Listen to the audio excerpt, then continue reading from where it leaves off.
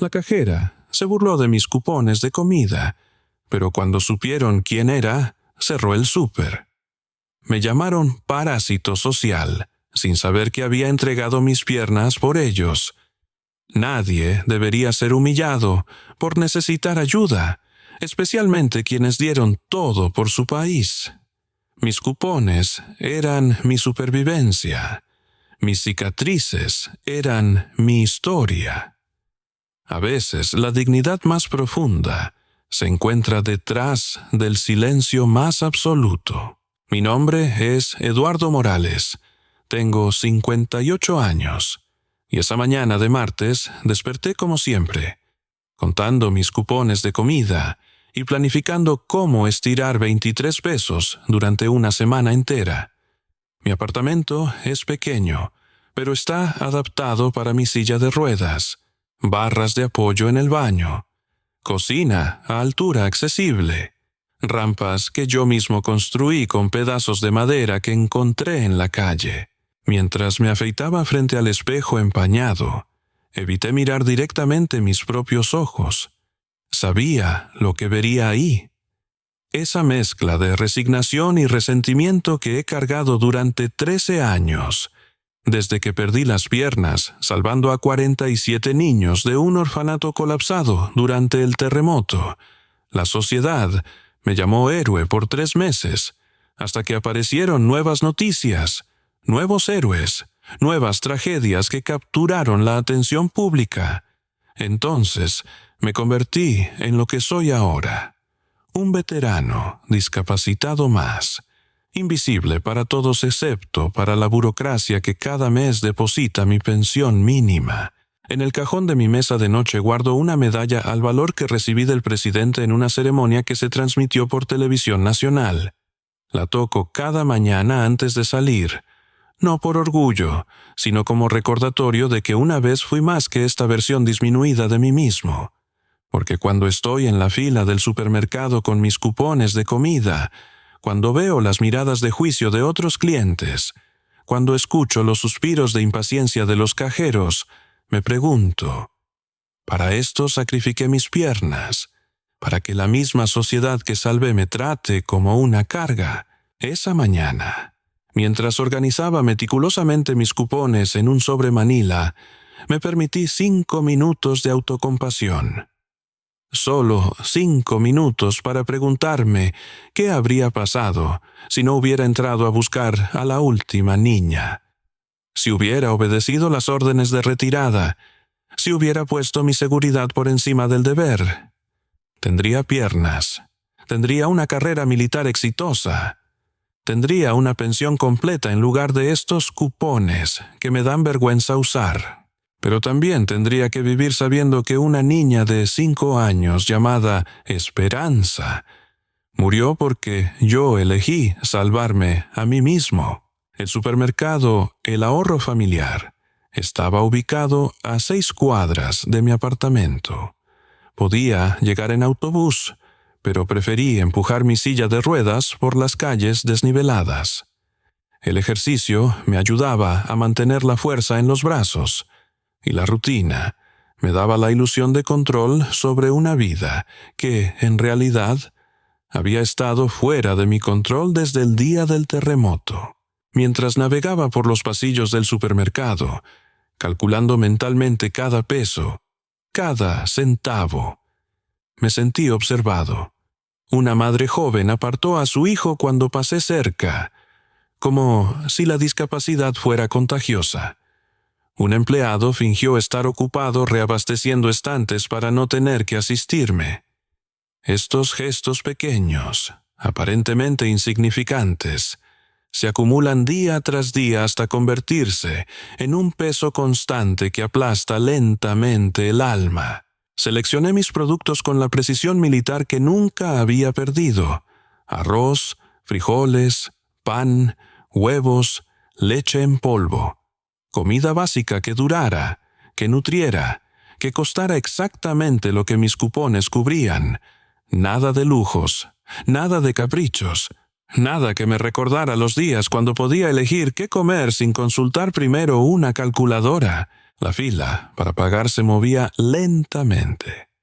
Delante de mí, una señora mayor compraba medicinas caras con dinero en efectivo.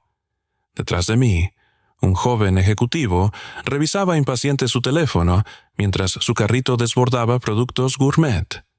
Y yo, en el medio, con mi canasta de supervivencia y mis cupones gubernamentales. Cuando llegó mi turno, la cajera me miró con esa expresión que conocía demasiado bien. Su placa identificaba a Sofía Herrera, una joven de unos 24 años con cabello perfectamente peinado y uñas cuidadas que contrastaban con mis manos callosas y cicatrizadas. «Buenos días», le dije, colocando mis productos en la banda transportadora con el cuidado de alguien que no puede permitirse reemplazar nada que se rompa. «¿En serio?», fue su respuesta cuando vio mis cupones. «Más cupones de comida». Su tono no era neutral. Había desprecio en esas palabras, una familiaridad casual con el desdén que me indicó que esta no era la primera vez que trataba así a alguien como yo. «Buenos días, señorita», repetí, manteniendo la cortesía que el ejército me había enseñado incluso en las circunstancias más adversas. «Estos nunca traen dinero real», murmuró a la cajera de al lado, lo suficientemente alto para que yo escuchara, lo suficientemente bajo para pretender que no era intencional. Sentí que el calor subía por mi cuello. No era solo vergüenza, era una rabia profunda que había estado acumulándose durante años. Rabia por cada mirada condescendiente, por cada proceso burocrático humillante, por cada vez que tuve que explicar por qué un hombre de mi edad necesitaba ayuda del gobierno. «¿No le da vergüenza vivir del gobierno?», me preguntó directamente mientras escaneaba cada cupón con movimientos exageradamente lentos. «Señorita», le respondí, mi voz manteniéndose firme pese a la tormenta interior, «estos cupones son por discapacidad». «¿Discapacidad?». Se rió con una crueldad que me atravesó como una bala. «Se ve bien para mí. Debe ser agradable no tener que trabajar». Las palabras «no tener que trabajar» se clavaron en mi alma como cuchillos. Esta joven, que no habría nacido cuando yo ya llevaba años sirviendo a mi país, me acusaba de pereza mientras yo estaba sentado en una silla de ruedas que había ganado salvando vidas. «Serví en el ejército, señorita», le dije, luchando contra el impulso de explicarle exactamente cómo había ganado esos cupones. «Todos dicen eso para conseguir beneficios», respondió con un desprecio tan casual que me hizo preguntarme cuántos veteranos habían pasado por esa fila para recibir el mismo tratamiento. Fue entonces cuando la señora detrás de mí intervino. «Señorita, está siendo muy grosera», dijo María González, una mujer de unos 35 años, que también tenía cupones en la mano. «Yo también uso cupones», continuó María. «Soy madre soltera con 2 hijos. ¿Cuál es su problema?» «Solo hago mi trabajo», respondió Sofía defensivamente, pero pude ver que la confrontación la había incomodado. «Su trabajo es cobrar, no humillar a los clientes», replicó María. Otros clientes comenzaron a observar. Algunos parecían estar de acuerdo con María. Otros, claramente, apoyaban la actitud de Sofía. Me di cuenta de que me había convertido en el centro de una discusión pública sobre el valor de las personas que necesitan ayuda gubernamental.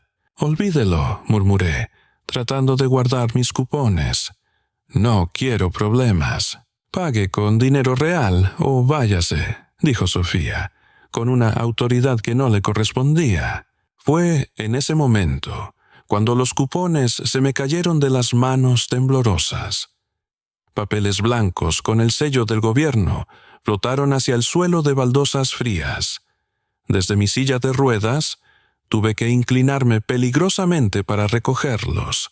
sintiendo las miradas de todos los presentes, mientras luchaba por mantener mi dignidad. Mientras juntaba los cupones del suelo, cada papel que recogía se sentía como un pedazo de mi orgullo que se hacía añicos.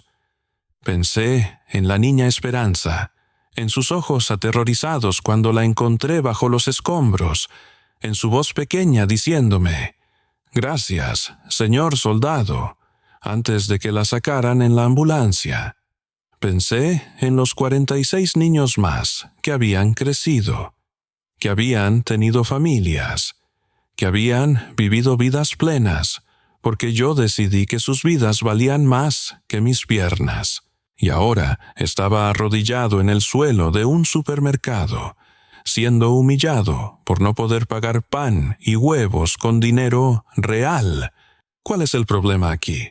La voz autoritaria pertenecía a Carlos Mendoza, el gerente del supermercado. Era un hombre de unos 45 años, con la postura recta y los ojos alertas que reconocí inmediatamente como de formación militar.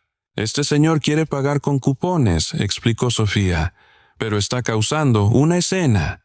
Carlos me miró mientras yo terminaba de recoger los últimos cupones del suelo. Había algo en su expresión que cambió cuando vio cómo maniobré mi silla de ruedas con la precisión automática que solo viene del entrenamiento militar. «¿Cuál es su nombre completo, señor?», me preguntó. Y por primera vez en toda la interacción, alguien me habló con respeto. «Eduardo Morales», respondí, «capitán retirado». El cambio en la expresión de Carlos fue inmediato y dramático. Sus ojos se agrandaron, su postura se enderezó aún más, y por un momento vi en su rostro el mismo reconocimiento que había estado esperando durante años. «¿Eduardo Morales del Orfanato Esperanza?», preguntó con voz quebrada. El mundo se detuvo. En todo el supermercado, en todas las conversaciones, en todos los juicios que se habían estado haciendo sobre mi valor como ser humano.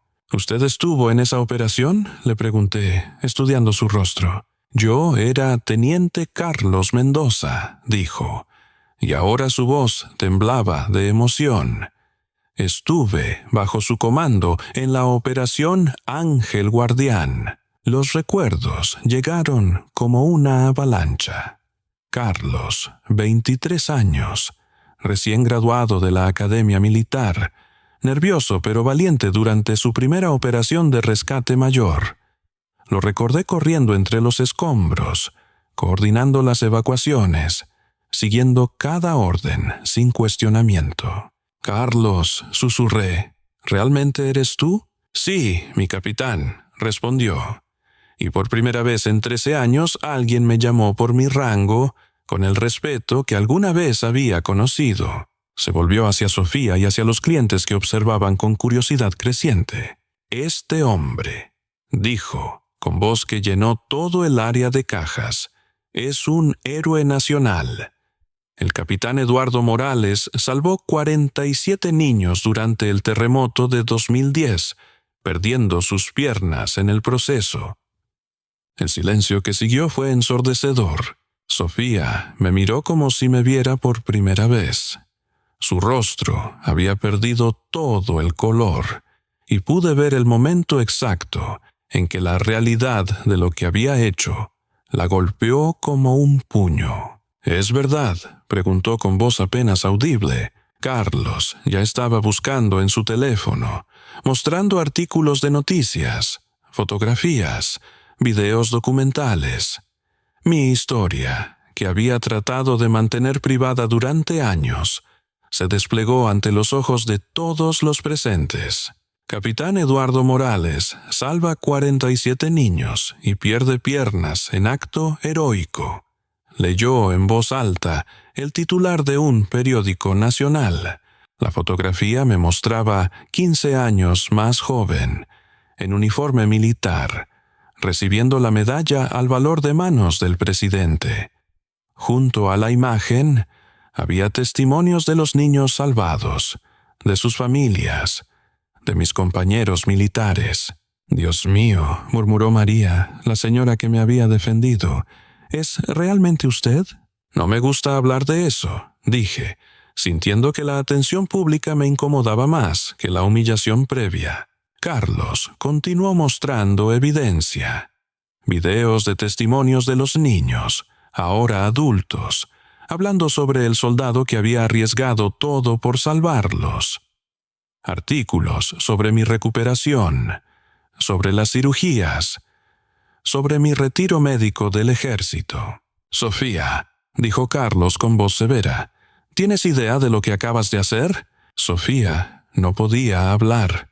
Las lágrimas habían comenzado a rodar por sus mejillas mientras miraba alternadamente entre las evidencias en el teléfono y mi rostro. «Yo no sabía», murmuró finalmente. «No necesitabas saber», intervino María con firmeza. «Necesitabas tratar a cualquier cliente con respeto básico. Otros clientes se habían acercado, algunos grabando con sus teléfonos, otros simplemente observando este momento surrealista. Pude escuchar murmullos. Es el mismo del documental. Mi hermana me contó de él. ¿Por qué está viviendo así?» La última pregunta me dolió más que todas las humillaciones anteriores. ¿Por qué estaba viviendo así? Porque después de los titulares, después de las ceremonias, después de que las cámaras se alejaron, me quedé solo, con una pensión gubernamental que apenas cubría lo básico, con un cuerpo roto que requería medicinas caras, con un orgullo que me impedía pedir más ayuda de la que ya recibía. «Carlos», le dije, «por favor no hagan un escándalo de esto. Solo quería comprar mi comida». «No, mi capitán», respondió con firmeza, «esto no puede quedar así». Sacó su teléfono y comenzó a hacer llamadas. Primero al Ministerio de Veteranos, luego a antiguos compañeros militares, finalmente a su jefe regional.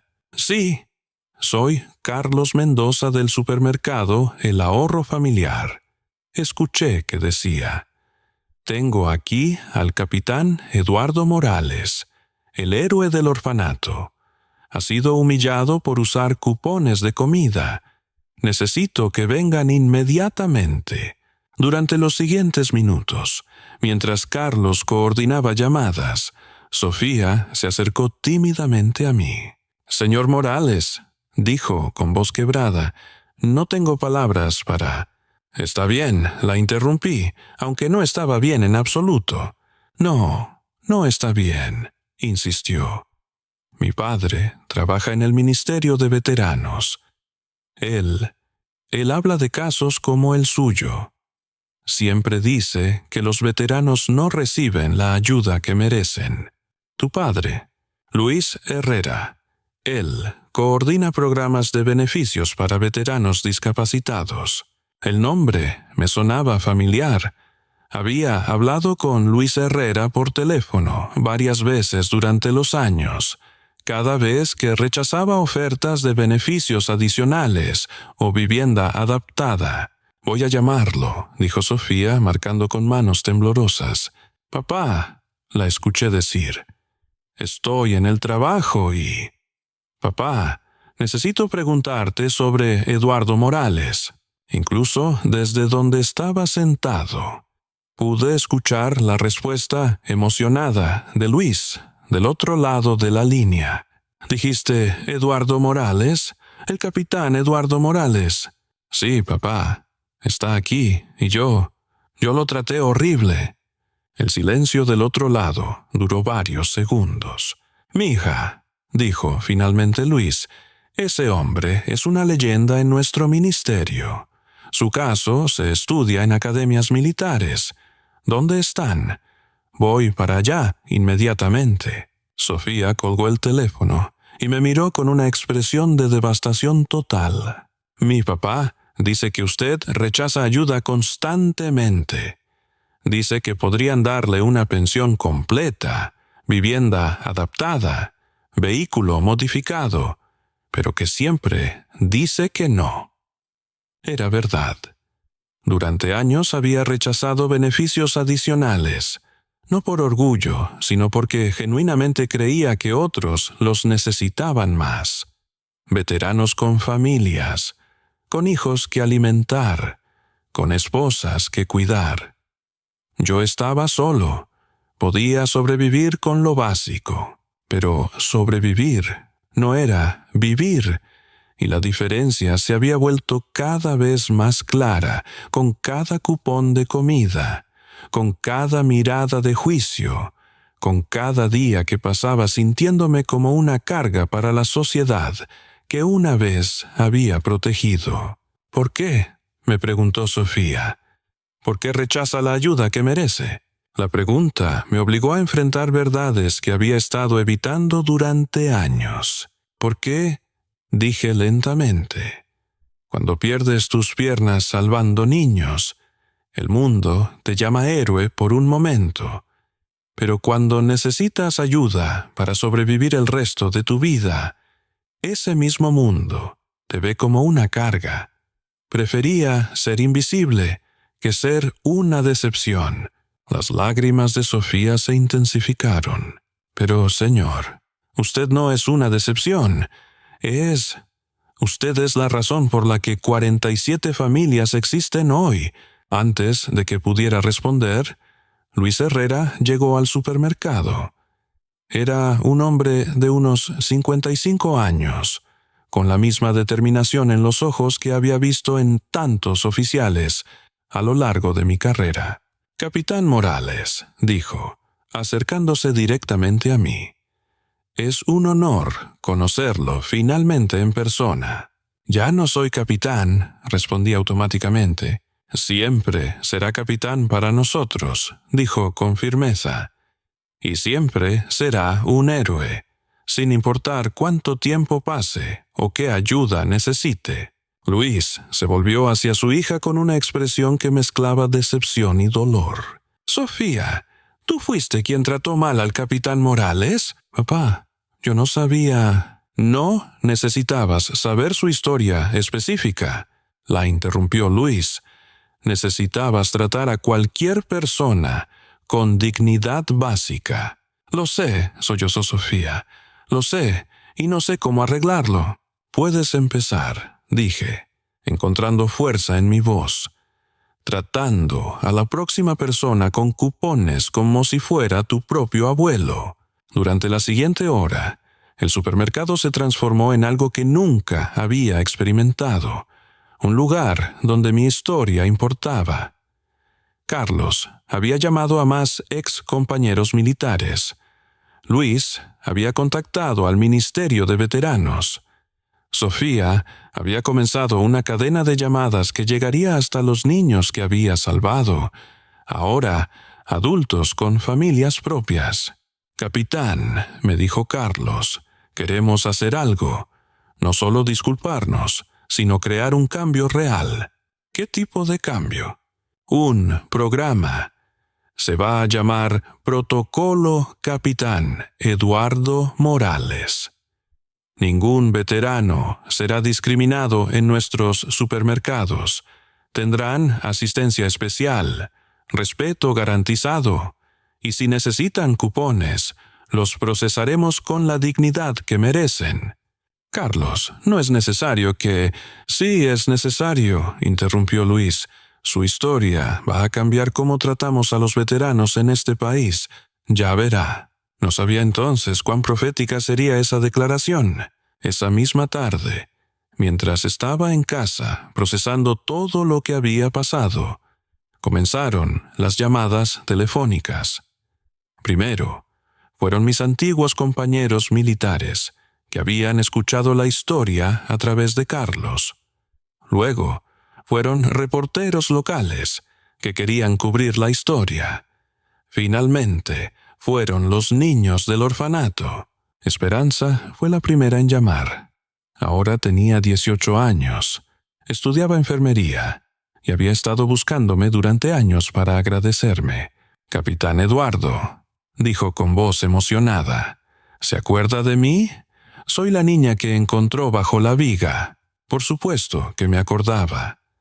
Su rostro, había vivido en mis pesadillas durante años, no como una imagen traumática, sino como un recordatorio de por qué todo había valido la pena. Esperanza, susurré, sintiendo que las lágrimas llenaban mis ojos. ¿Cómo estás, niña? Ya no soy una niña, se rió. Tengo 18 años y estoy estudiando enfermería. Quiero ayudar a la gente como usted me ayudó a mí. ¿Estás bien? ¿Tu familia está bien? Sí, capitán. Todos estamos bien. Todos los 47 niños crecimos, estudiamos, tenemos familias. Y todo es gracias a usted.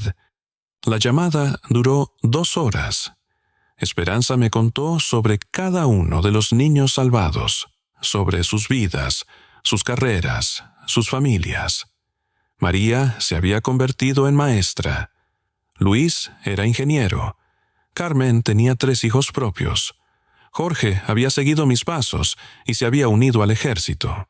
«Capitán», me dijo Esperanza antes de colgar, «mañana vamos a ir todos al supermercado. Queremos conocerlo, agradecerle en persona y asegurar que todo el mundo sepa qué tipo de hombre es usted». Esa noche no pude dormir. Por primera vez en años, no era por pesadillas o dolor físico, sino por una mezcla abrumadora de emociones que no sabía cómo procesar. Durante tanto tiempo, había vivido con la sensación de que mi sacrificio había sido olvidado, que me había convertido en una nota al pie en la historia de otras personas. Descubrir que 47 vidas habían florecido por mi decisión, que habían creado sus propias familias, que habían contribuido a la sociedad, me llenó de un propósito que había perdido. Al día siguiente, cuando llegué al supermercado, encontré una escena que nunca había imaginado. Había cámaras de televisión afuera. Había una multitud de personas esperando. Y cuando entré, estaban ahí, 47 adultos jóvenes, algunos con sus propios hijos, todos esperándome. Esperanza fue la primera en acercarse. Ya no era la niña aterrorizada de 5 años que había salvado. Era una mujer joven, fuerte, hermosa, llena de vida. «Capitán Eduardo», dijo, arrodillándose junto a mi silla de ruedas, «todos estamos aquí. Todos los que salvó, uno por uno, se acercaron. Cada uno me contó su historia, su carrera, su familia.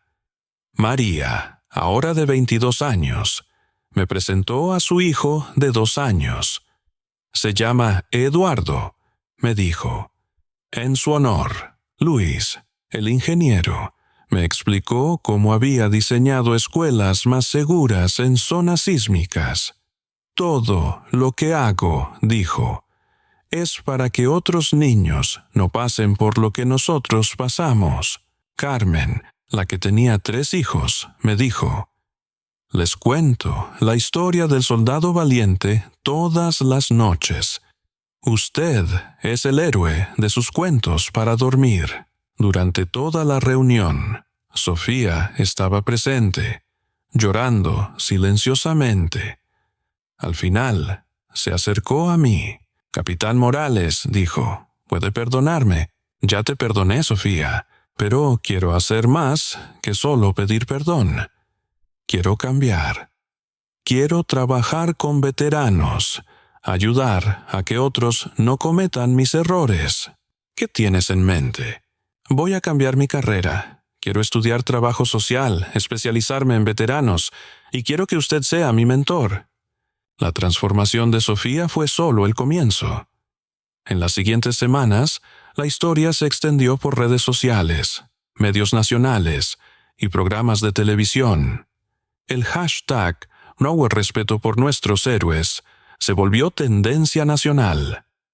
Otros supermercados implementaron el Protocolo Capitán Eduardo Morales. Universidades invitaron a contar mi historia en clases de trabajo social y ética.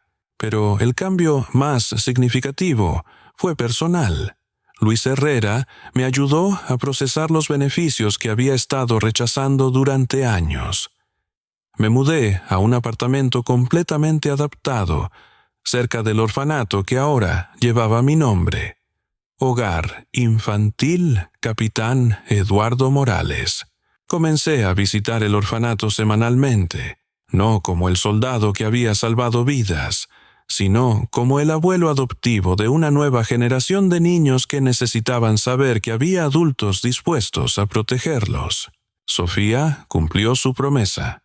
Cambió su carrera a trabajo social y se especializó en asistencia a veteranos.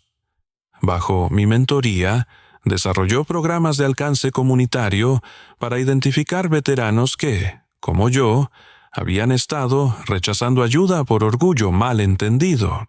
«Capitán», me dijo un día, mientras trabajábamos en su proyecto de graduación, «¿por qué cree que los veteranos rechazan la ayuda que merecen?» «¿Por qué?», le expliqué. «Cuando dedicas tu vida a proteger a otros, aceptar ayuda, se siente como admitir que fallaste. No entendemos que necesitar ayuda después del servicio no es una falla.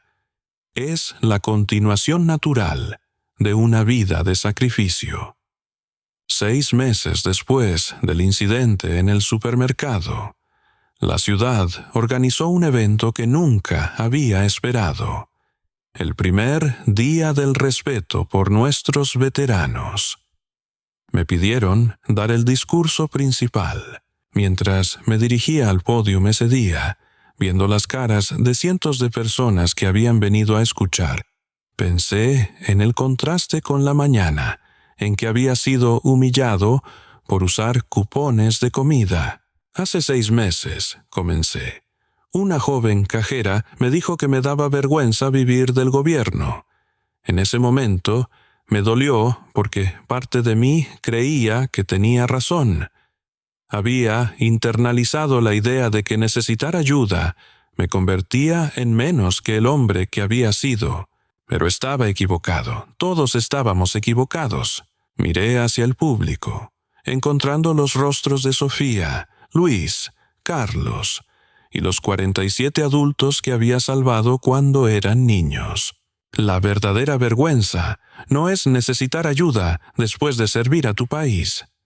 La verdadera vergüenza es una sociedad que permite que sus héroes vivan en silencio, luchando solos, sintiéndose como cargas en lugar de los tesoros que realmente son.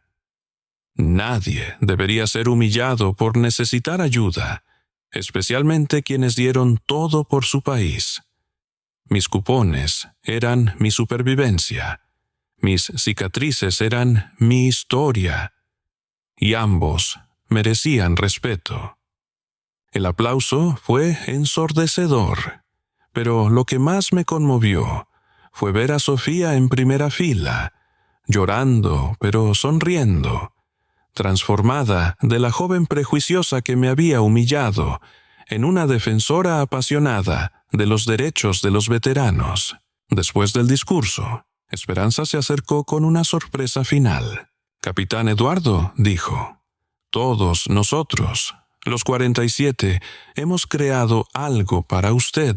Me mostró un álbum de fotografías, cada uno de los niños salvados con sus familias actuales, sus logros, sus contribuciones a la sociedad.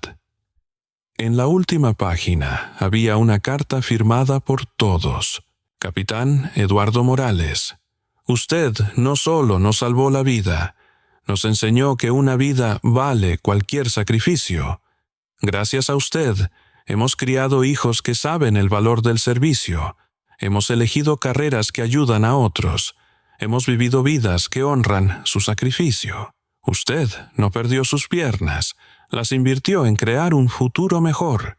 Hoy, 2 años después de aquel día en el supermercado, trabajo como consejero en el Ministerio de Veteranos, ayudando a identificar y asistir a veteranos que enfrentan dificultades. Sofía es mi asistente principal, habiendo creado el programa más exitoso de alcance a veteranos en la historia del país. El supermercado El Ahorro Familiar se convirtió en el primer establecimiento comercial certificado como Amigo de Veteranos del país. Carlos expandió el programa a toda su cadena de supermercados, y ahora más de 200 establecimientos han implementado el protocolo Capitán Eduardo Morales. Pero más importante que todos los reconocimientos y programas es el cambio en cómo me veo a mí mismo. Ya no soy el veterano discapacitado que carga cupones de comida con vergüenza. Soy el mentor de una nueva generación de trabajadores sociales, el abuelo adoptivo de niños huérfanos, el ejemplo viviente de que nuestro valor no se mide por nuestra capacidad física, sino por el impacto que tenemos en las vidas de otros. A veces, la dignidad más profunda se encuentra detrás del silencio más absoluto. Durante años viví en silencio, creyendo que había perdido mi valor junto con mis piernas, pero aprendí que el silencio no era dignidad, era miedo. La verdadera dignidad viene de aceptar ayuda con gracia, de usar nuestras experiencias para mejorar las vidas de otros, y de entender que ser vulnerable no nos hace débiles, nos hace humanos. Mi historia no es solo sobre un veterano que fue humillado y luego reivindicado.